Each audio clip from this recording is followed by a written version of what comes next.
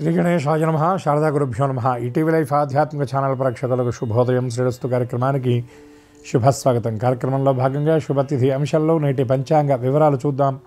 ఆంగ్ల తేదీ 5వ తేదీ 3వ నెల 2025 సంవత్సరం బుధవారం. స్వస్తి శ్రీ చాంద్రమాన శ్రీ క్రోధినామ సంవత్సరం ఉత్తరాయణం శిశిర ఋతువు పాల్గొన మాసం శుక్లపక్షం షష్ఠి తిథి సాయంత్రం 5 గంటల 48 నిమిషాల వరకు, తదుపరి సప్తమి. భరణీ నక్షత్రం ఉదయం 7 గంటల 22 నిమిషాల వరకు, తదుపరి కృత్తిక. ఐంద్రయోగం ఉదయం 6 గంటల 44 నిమిషాల వరకు, తదుపరి వైధృతి యోగం. కౌలవకరణం ఉదయం 6 గంటల 57 నిమిషాల వరకు, తదుపరి తైతుల కరణం. నేటి అమృత ఘడియలు తెల్లవారుజామున 3 గంటల 38 నిమిషాల నుండి 5 గంటల 8 నిమిషాల వరకు. దుర్ముహూర్తం మధ్యాహ్నం 12 గంటల నుండి 12 గంటల 47 నిమిషాల వరకు. నేటి వర్జ్యం సాయంత్రం 6 గంటల 37 నిమిషాల నుండి 8 గంటల 7 నిమిషాల వరకు. నేటి రాహుకాలం మధ్యాహ్నం 12 గంటల నుండి 1 గంట 30 నిమిషాల వరకు. యమగండం ఉదయం 7:30 గంటల నుండి 9 గంటల వరకు. ఇక ఈనాడు తిథివార నక్షత్రాలను అనుసరించి చేదిగినటువంటి దేవతాోపాసన గురించి విచారించినట్లయితే ఈనాడు వారం బుధవారం. బుధగ్రహం అధిష్టానంగా కలిగినటువంటి వారం ఈరోజు. బుధారిష్టేత్ సంప్రాప్తే బుధ పూజాం చకారయేత్ బుధధ్యానం ప్రవక్ష్యామి బుద్ధిపీడోపశాంతయే అని బుద్ధిపీడలను తొలగించేటటువంటి గ్రహం బుధుడు. ఎందుకంటే బుద్ధి అంటే ఎంత విశేషమైనది అంటే నదేవాహ ఇష్టిమాదయ రక్షంతి పశుపాలవత్ ఎంతో రక్షతమిచ్చంతి తంతం బుద్ధ్యాహరి యూంజతే అని శాస్త్రం చెప్పినటువంటి మాట. అంటే పరంధామ పరమాత్మ ఈ లోకాన్ని నడిపేటటువంటి ఆ దేవుడు జీవుణ్ణి ఎప్పుడు కూడా దండమాదాయ పశువుల్ని కాసేటటువంటి పశువుల కాపరి దండంతో అదిలించినట్టుగా ఆయన పాలించాడట. ఆ జీవుడి యొక్క ప్రాప్త ప్రారంధాన్ని అనుసరించి బుద్ధి రూపంలో ఆ జీవుణ్ణి నడిపిస్తాడు అని చెప్పినటువంటి మాట. అందుకే సంప్రదాయంలో ఇంకో మాట కూడా ఉంది, బుద్ధి కర్మానుసారిణి అని. ఆ వ్యక్తి యొక్క కర్మఫలాన్ని అనుసరించి వీడి యొక్క బుద్ధి ఉంటుందట. అందుకే ఎప్పుడు కూడా సద్బుద్ధిని పరమాత్మ ప్రసాదించాలి అంటే సద్బుద్ధి చేత సత్కర్మను మనం ఆచరిస్తే రాబోయేటటువంటి జన్మలో కూడా ఇక మన ప్రేరణ అక్కర లేకుండా సత్కర్మ ఫలంగా సద్బుద్ధిని మనం పొందగలుగుతామని అందులో ఉన్నటువంటి అంతరార్థం. అందుకే నా గాయత్ర్యా పరం మంత్రం, గాయత్రిని మించినటువంటి మంత్రం లేదన్నారు. అటువంటి మంత్రోపాసనలో కూడా చెప్పేటటువంటి మాట ఏమిటంటే ధియోయోనః ప్రచోదయాత్. అంటే ధీ అంటే జ్ఞానము, బుద్ధిని అమ్మ ప్రచోదింప చేయుగాక అని. అంటే పరమాత్మ మనకి ప్రసాదించాల్సినటువంటి అనేకమైనటువంటి సంపదల్లో విశేషమైన సంపద ఏమిటంటే బుద్ధి అనేటటువంటి సంపద మనకి ఆయన ప్రధానంగా ప్రసాదించాలి. దాన్ని ప్రచోదనం చేయాలి అని మనం అమ్మని ఉపాసనల రూపంలో చక్కగా మనం అడుగుతూ ఉంటాం.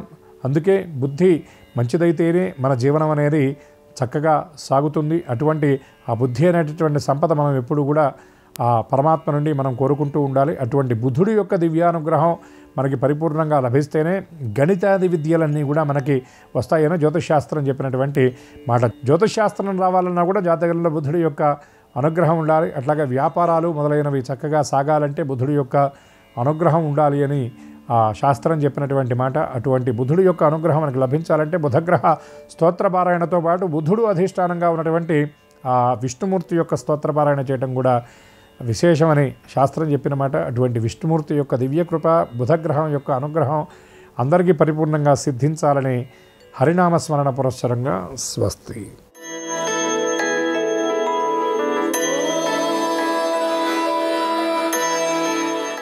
ఈటీవీ లైఫ్ ఆధ్యాత్మిక ఛానల్ ప్రేక్షకులందరికీ నమస్కారం. శ్రీరస్తు కార్యక్రమంలో గ్రహయోగం అంశానికి స్వాగతం.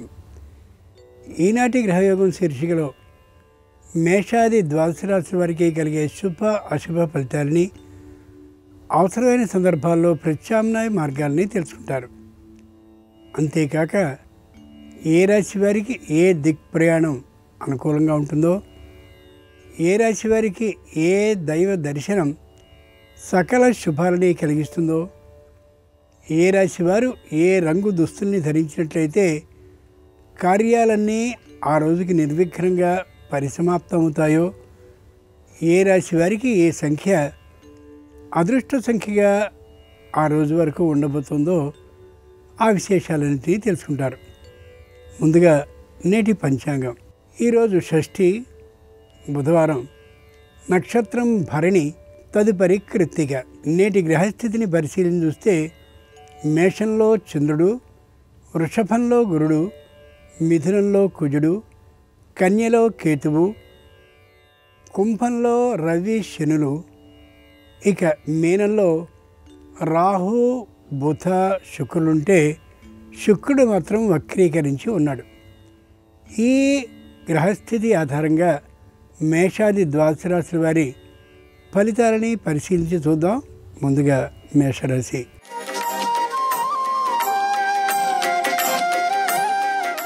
ఈరోజు మేషరాశి వారి ఫలితాలని పరిశీలించి చూస్తే ప్రతి పనిని కూడా నిదానంగా ఆలోచించి మాత్రమే చేయాలి. తప్పక పనులన్నీ పూర్తయ్యే అవకాశం ఉంటుంది. ఏ విధమైన శ్రమ లేకుండా పూర్తి చేసుకోగలుగుతారు. సాంస్కృతిక రంగాలకి చెందినటువంటి వారికి ఈరోజు మంచి అనుకూలత ఉంది. ఆ కారణంగా ఆ విధమైనటువంటి ప్రయత్నాలను కానీ చేసినట్లయితే అనుకూలమైన ఫలితాలని సాధించగలుగుతారు. విజ్ఞాన శాస్త్రంలో మంచి ప్రతిభ ఉన్నటువంటి వారికి తగినటువంటి ఉత్తమ సదస్సుల్లో పాల్గొగలిగిన అవకాశం లభిస్తుంది. అవకాశాన్ని సద్వినియోగం చేసుకోవడం అవసరం. బుధవారం సందర్భంగా మేషరాశి వారు శ్రీ వీర వెంకట సత్యనారాయణ స్వామి వారిని పూజించి గోధుమ రవ్వ కేసరిని ప్రసాదంగా సమర్పించినట్లయితే వ్యాపారంలో శుభవార్త వినిపించే అవకాశం ఉంటుంది. ఆర్థిక లాభం కలుగుతుంది కూడా. తూర్పు దిక్కు ప్రయాణం అనుకూలం. కలిసొచ్చే రంగు ఎరుపు. అదృష్ట సంఖ్య 9.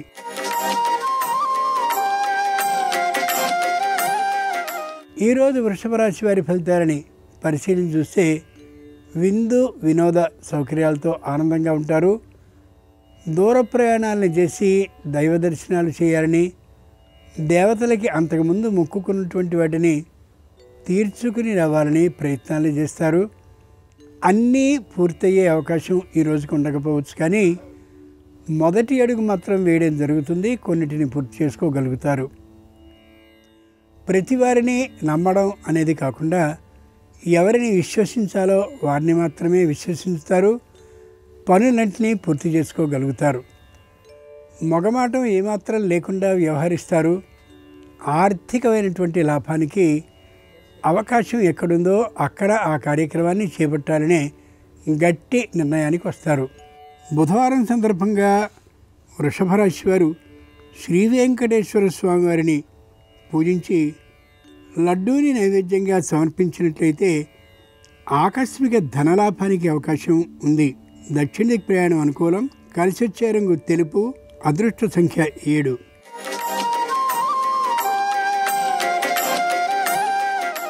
ఈరోజు మిథున రాశి వారి ఫలితాలను పరిశీలించి చూస్తే వివాహాది శుభకార్యాలు తప్పక అనుకూలించే అవకాశం ఉంటుంది.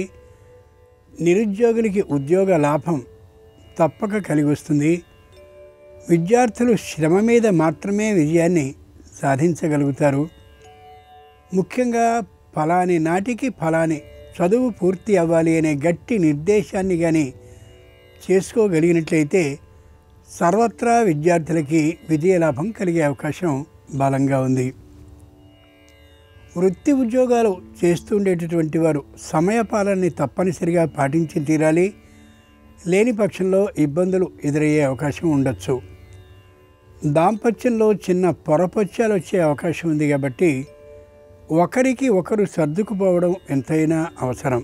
బుధవారం సందర్భంగా మిథున రాశి వారు శ్రీకృష్ణుని పూజించి వెన్నను నైవేద్యంగా సమర్పించినట్లయితే ఆకస్మికమైనటువంటి శుభవార్త ఉద్యోగం ద్వారా వినే అవకాశం ఉంది. పశ్చిమ దిక్ ప్రయాణం అనుకూలం. కలిసొచ్చే రంగు నీలం. అదృష్ట సంఖ్య 5.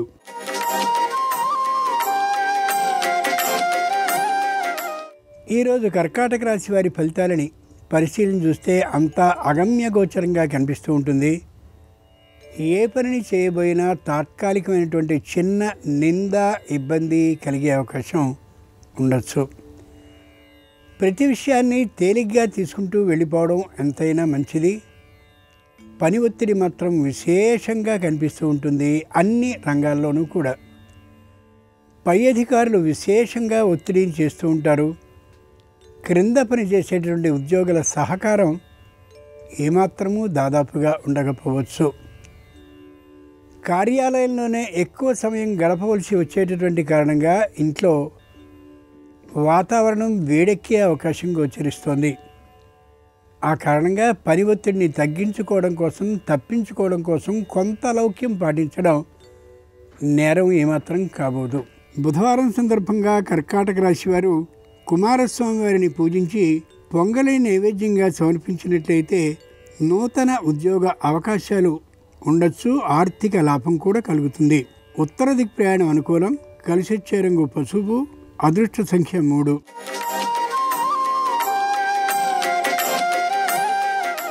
ఈరోజు సింహరాశి వారి ఫలితాలని పరిశీలన చూస్తే సంతానం అందరూ కూడా దాదాపుగా ఉద్యోగ లాభాన్ని పొందినటువంటి కారణంగా ఆర్థికంగా బలంగా ఉంటుంది ఈ రాశి వారికి ఈ రోజున. కానీ సంతానం యొక్క ప్రవర్తన విచిత్రంగా ఉంటూ తల్లిదండ్రులకు కాస్త మానసికమైనటువంటి అనుతాపం కలిగే అవకాశం ఉండొచ్చు. ఇంతకుముందు వేటికైనా సరే కొనాలి అనేటటువంటి ఆలోచనతో అడ్వాన్సులు ఇచ్చి ఉంటే తప్పక వాటిని ఉపసంహరించుకోవాల్సిన పరిస్థితి రావచ్చు. రుణదాతలందరి నుండి ఆర్థికమైనటువంటి ఒత్తిడి రావచ్చు.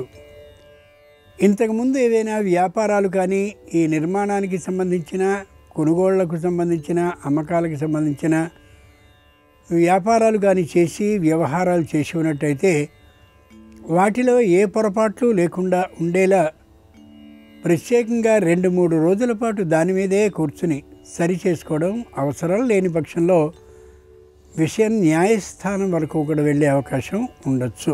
బుధవారం సందర్భంగా సింహరాశి వారు లక్ష్మీ గణపతిని పూజించి పటిక బెల్లాన్ని నైవేద్యంగా సమర్పించినట్లయితే నూతన ఉద్యోగ ప్రాప్తికి అవకాశం ఉంటుంది. ఈశాన్య దిక్ ప్రయాణం అనుకూలం. కలిసొచ్చే రంగు నలుపు. అదృష్ట సంఖ్య 3.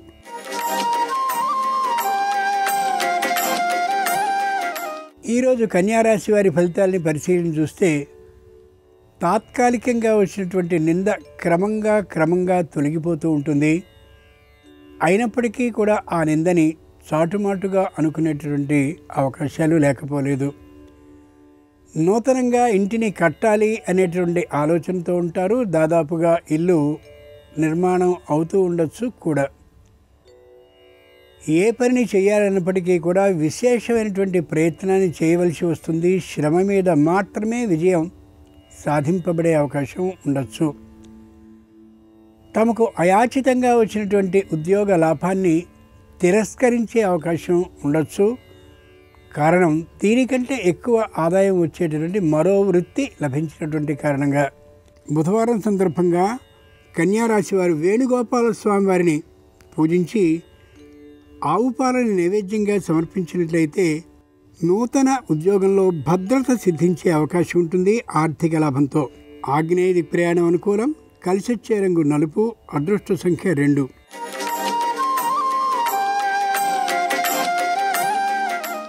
ఈరోజు తులారాశి వారి ఫలితాలని పరిశీలించి చూస్తే ఒకటి చేయబోయి మరొకటి చేసేటటువంటి పరిస్థితి రావచ్చు. ఉద్యోగంలో ప్రతిబంధకత బాగా ఉండేటటువంటి కారణంగా మానసికంగా అతలకుతలమయ్యేటటువంటి పరిస్థితి ఉండొచ్చు. సరైనటువంటి పంథాలో ఒకే ఆలోచన మీద వెడుతూ ఉండడం చాలా మంచిది. ఇతరుల సలహాలని సూచనల్ని పాటిస్తూ కొన్ని సలహాలని కొన్ని సూచనల్ని పాటించకుండా ఉన్న పక్షంలో ఆ సలహాలు సూచనలు ఇచ్చినటువంటి వారి నుండి తీవ్ర వ్యతిరేకత ఏర్పడవచ్చు. విద్యార్థులకి విజయలాభం కలుగుతుంది, కానీ విశేషమైనటువంటి శ్రమ మీదనే కావచ్చు. బుధవారం సందర్భంగా తులారాశి వారు హయగ్రీవుణ్ణి ఆరాధించి దధ్యోదనాన్ని నైవేద్యంగా సమర్పించినట్లయితే నూతన గృహ లాభానికి అవకాశం ఉంది. నివృత్తి దిక్ ప్రయాణం అనుకూలం. కలిసొచ్చే రంగు ఆకుపచ్చన. అదృష్ట సంఖ్య 4.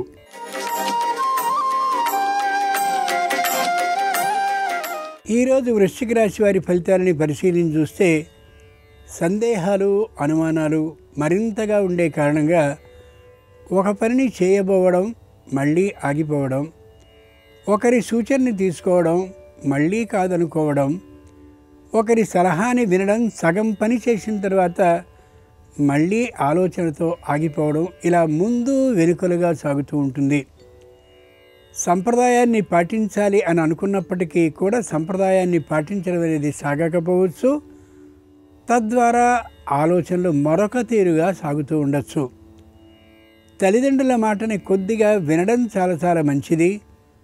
అంతేకాక తన క్రింద పనిచేసేటువంటి ఉద్యోగుల మీద అనుమానం లేకుండా వ్యవహరించడం కూడా మరింత మంచిది.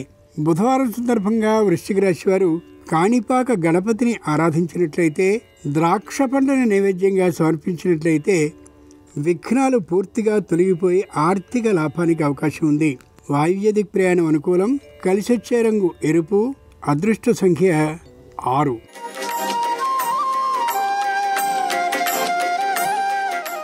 ఈరోజు ధనురాశి వారి ఫలితాలని పరిశీలించి చూస్తే పైకి నిదానంగా కనిపిస్తారు, లోపల మాత్రం సముద్రాలు ఘోషిస్తూ ఉండొచ్చు. ఎవ్వరి మాట వినేటటువంటి ధోరణి ఉండకపోవచ్చు. తానే సంపాదించినటువంటి ధనం మీద కొత్తదైనటువంటి ఆస్తిని సంపాదించాలనే ఆలోచన బలంగా ఉండొచ్చు. జీవిత భాగస్వామి లేదా భాగస్వామిని స్వయంగా ఆర్జించి ఏ ఇంటినో భూమినో పొలానో ఇస్తారో అది తమ పేరు మీద ఉండాలనే కొత్తదైనటువంటి ఆలోచన కారణంగా స్పర్ధ బయలుదేరవచ్చు. ఇరువురి మధ్య ఒక పరిష్కారానికి వచ్చినట్లయితే ఇబ్బంది లేకపోతుంది. లేని పక్షంలో అనుక్షణం మానసికమైనటువంటి స్పర్ధతో ఉండే అవకాశం గోచరిస్తుంది. బుధవారం సందర్భంగా ధనురాశి వారు అనంత పద్మనాభ స్వామిని శ్యామంతులతో పూజించి అరటి పండ్లను నైవేద్యంగా సమర్పించినట్లయితే తప్పక నూతన భూ లాభానికి అవకాశం ఉండొచ్చు. ఉత్తర దిక్ ప్రయాణం అనుకూలం. కలిసొచ్చే రంగు తెలుపు. అదృష్ట సంఖ్య 8.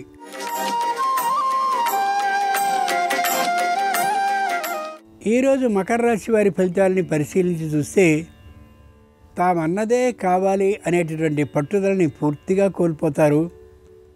ఇంతకుముందు పెట్టినటువంటి వ్యాపారము మొదలైనటువంటి వాటి మీద వచ్చే ఆదాయం కుటుంబం నడిచిపోవడానికి పనిచేస్తుంది తప్ప చేసినటువంటి అప్పుని తీర్చేందుకుగా సమర్థవంతంగా ఉండకపోవచ్చు. తాము చేసిన ప్రతి పని కూడా కుటుంబానికే అయినప్పటికీ కూడా కుటుంబంలో ఉన్నటువంటి వారికి అంతటి కృతజ్ఞతాభావం వీరి మీద ఉండకపోవచ్చు. తట్టుకోగలగాలి. కొత్తమైనటువంటి స్థలాలని పొలాలని మరి వేటినో కొనాలి అనే ఆలోచనని తాత్కాలికంగా వాయిదా వేసుకోవడం మంచిది తప్ప అత్యాశతో వాటన్నిటికీ సంబంధించిన ఆలోచనల్ని చేసినట్లయితే సంతానం నుండి వ్యతిరేక విధానం గోచరించే అవకాశం బలంగా ఉంది. బుధవారం సందర్భంగా మకర రాశి వారు లక్ష్మీ నృసింహస్వామి వారిని సన్నజాజులతో పూజించినట్లయితే, దాంతోపాటుగా దధ్యోదనాన్ని నైవేద్యంగా సమర్పించినట్లయితే ఆరోగ్య లాభం కలుగుతుంది. ఆర్థిక సంసిద్ధి కూడా అవకాశం ఉంది. పశ్చిమ దిక్ ప్రయాణం అనుకూలం. కలిసొచ్చే రంగు నీలం. అదృష్ట సంఖ్య 4.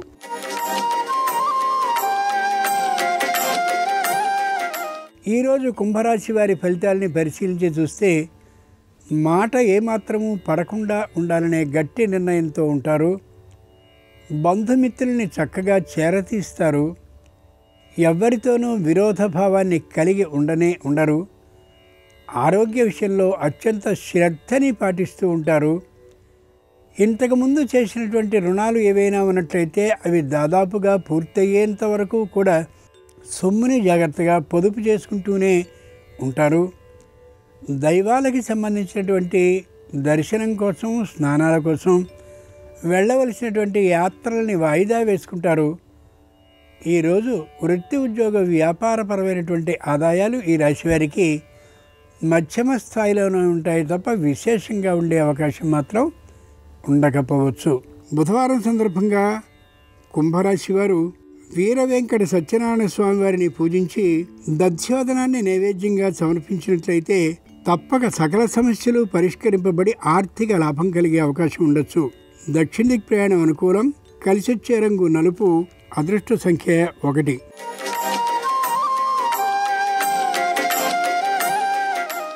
ఈరోజు మీనరాశి వారి ఫలితాలని పరిశీలించి చూస్తే మానసికంగా దృఢంగా ఉంటారు. ఆరోగ్యపరంగా మధ్యమంగా ఉంటారు. ఆర్థిక పరంగా చాలా తక్కువ స్థాయిలో ఉంటారు. ముఖ్యంగా ఇంతకుముందు ఎక్కడో పెట్టుబడి పెట్టినటువంటి వాటి మీద వచ్చే ఆదాయంతో రోజుని గడిపివేస్తారు, ధైర్యంగా ఉండగలుగుతారు.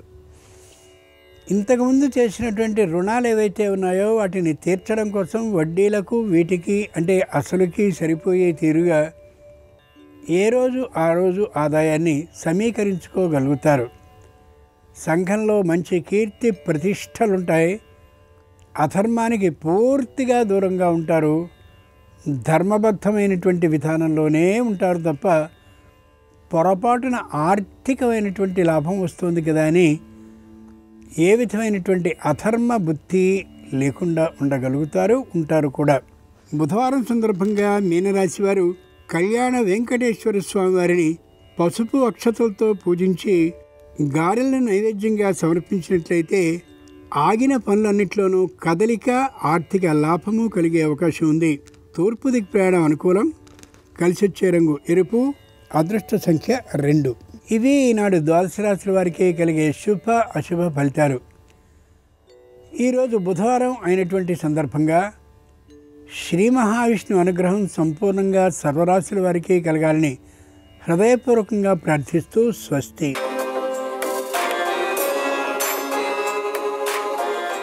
నమస్కారం.